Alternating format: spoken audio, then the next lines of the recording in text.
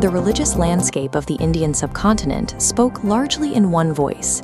Sanskrit held a near-absolute monopoly over elite texts and formal spiritual expression. But between the 6th and 12th centuries, the architecture of Indian faith expanded. The religious imagination began expressing itself through regional languages. This process of vernacularization did not look the same everywhere.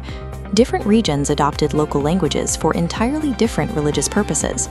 In the Deep South, Tamil Bhakti poetry emerged between the 6th and 9th centuries, composed by the Alvar and Nayanar saints. Meanwhile, in Eastern India, a separate movement took shape between the 8th and 12th centuries, the Tantric Charyapada, composed by Buddhist Siddhas. These two movements traced different paths. One was a public, communal outpouring of faith, the other was a strictly guarded esoteric tradition. Comparing these traditions side by side shows how the maturity of a region's language provided a specific framework for its religious movement. We can begin by looking at the linguistic foundation of each movement. The Tamil Bhakti poets relied on a mature Dravidian literary language, drawing on grammatical rules and conventions established during the earlier Sangam period. Because they worked within a respected and formalized framework, the Alvars and Nayanars could dedicate their poetry to expressing deep emotion. They did not need to invent new linguistic tools. The textual environment of the Charyapada is entirely different. Its language is linguistically unstable. It exists in a transitional bridge between Apabhramsha and the earliest forms of Bengali and Assamese.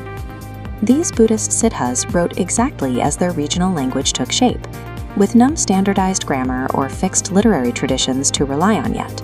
South India utilized a robust, pre-existing language to anchor its movement.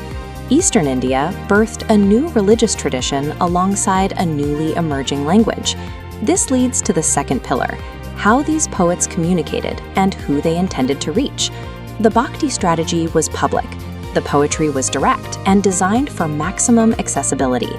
The major canonical collections of this era, the Nalayada Divya Prabandham and the Tevaram, were composed so that the wider population could hear, understand, and sing them. The Tantric Siddhas took a different approach, deliberately hiding their core teachings from the general public. To achieve this, the authors utilized a cipher known as Sandhya Bhasha, or twilight language. They mapped complex tantric instructions onto the vocabulary of everyday life. On the surface, a verse might describe a local fisherman casting a net into the river. But to the initiated, the net represents spiritual practice, and the fish being captured represents the restless human mind. This secondary meaning was transmitted through direct instruction, passed from guru to disciple. The Bhakti saints used the vernacular to broaden their audience. The Tantric Siddhas used it to maintain a secret society. The third pillar involves the physical spaces and social worlds described in the texts. Tamil Bhakti poetry is heavily anchored to the temple. The poets praise deities residing in specific regional shrines, rooting their theology into the physical landscape. Over time, these hymns were adopted as the official liturgy, sung directly in the streets and public squares surrounding these structures. This network of hymns forged a sacred geography, linking institutional hubs like Srirangam, Madurai, and Chidambaram. In the Charyapada, formal temples are almost entirely absent. The Siddhas operated within marginal communities, living well outside the bounds of orthodox religious centers. Their metaphors rely on the geography of the periphery: thick forests, rural villages, and muddy riverbanks.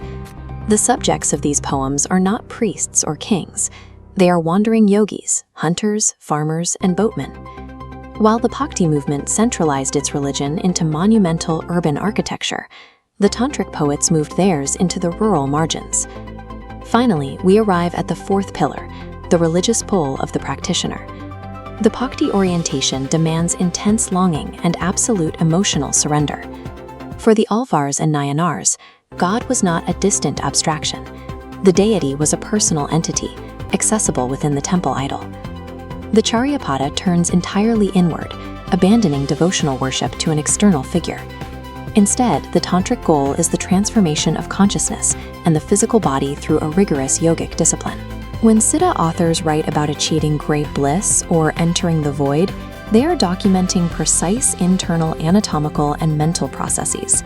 The Bhakti devotee looked outward to connect with a personal deity.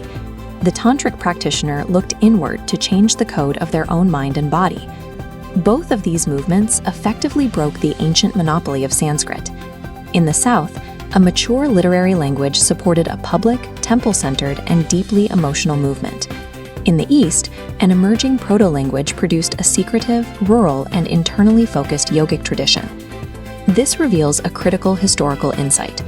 Vernacularization was never a simple translation of existing Sanskrit texts. Adopting regional languages altered the social boundaries of Indian religion, determining who could participate and how they practiced. These two diverging pathways built the foundation for the diverse, multifaceted religious landscape that defines the subcontinent today. To understand the evolution of Indian culture, we must recognize that language is never simply a medium of communication. It is the architecture of the faith itself.